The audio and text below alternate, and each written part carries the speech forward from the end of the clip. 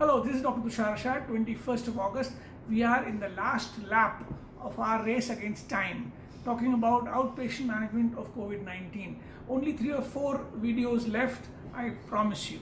Today's topic, reducing intrafamilial spread of COVID-19. First, the basic principles, 3 modes of spread. The commonest mode, droplets. The second commonest, possibly fomites. The third commonest and considered uncommon, aerosols. Let us discuss each one and let us teach the patient how to prevent each 3 of the spreads. The first, the most important, droplets. For droplets, just ask the patient to remember 1 2 ka 6, the Anil Kapoor style. 1 2 ka 6 means you need 1 to keep mum. Talking to each other is a spread of droplets. Keep mum when facing each other. Talk on the phone as far as possible. Two barriers to droplets, the mask and the face shield. The mask can be a regular 3-ply or a surgical mask if you are going to keep a distance of minimum 3 feet, hopefully 6 feet. The mask should be an N95 mask if you are going to be closer. The face shield is the regular face shield. So these 2 barriers will prevent droplet infection within family members. 1 2 ka 6, what is 6? 6 is 6 feet away when you don't have barriers, will prevent droplet infection. At least a 6 feet distance, then you may not need barriers for droplet spreads. I'm not talking about aerosols yet. So 1 2 ka 6 and you will prevent droplets. The second is fomites. Everybody knows how to prevent fomites. Hand hygiene, the most important thing in fomite spread. Clean your hands frequently and don't touch your face. We know that. How do you clean your hands? Hand wash is the most frequent. The only problem with hand washing is that there is a repeated touching of the same surface by multiple family members. The faucet, the tap is touched frequently. So maybe individual hand sanitizer may be a little better than using the same basin.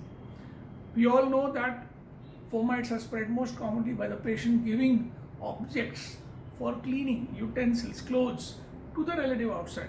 That is the most crucial time when the giver of the object has to clean hands before giving the plates or the clothes, and the receiver ideally should wear gloves while receiving the utensils, etc. I insist on gloves because gloves reduce the chances of touching your face. I think that's the most important, single most important advantage of gloves.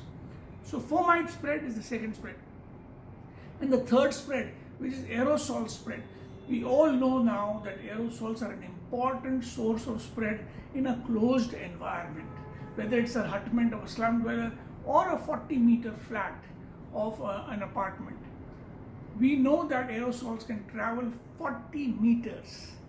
So if a person is gargling in his room, a patient, and the door opens, the aerosols which survive for several hours, can go into other rooms, taken by the swirling fan or just by the plain wind. We must remember that aerosol spread is important, and hence no gargling, no steaming, because both produce significant respiratory aerosols. This is something that is not accepted by many patients, but please insist on this.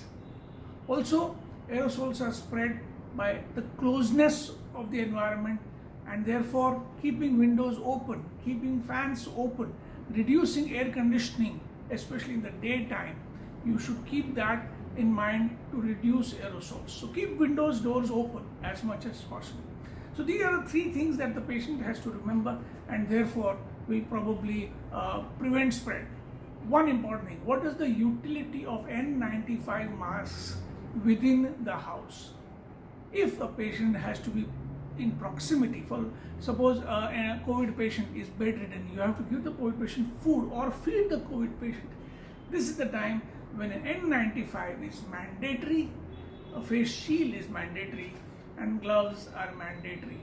So N95 has to be kept by every household with COVID-19. Well, let's hope that this spread reduces with this advice. Thank you so much.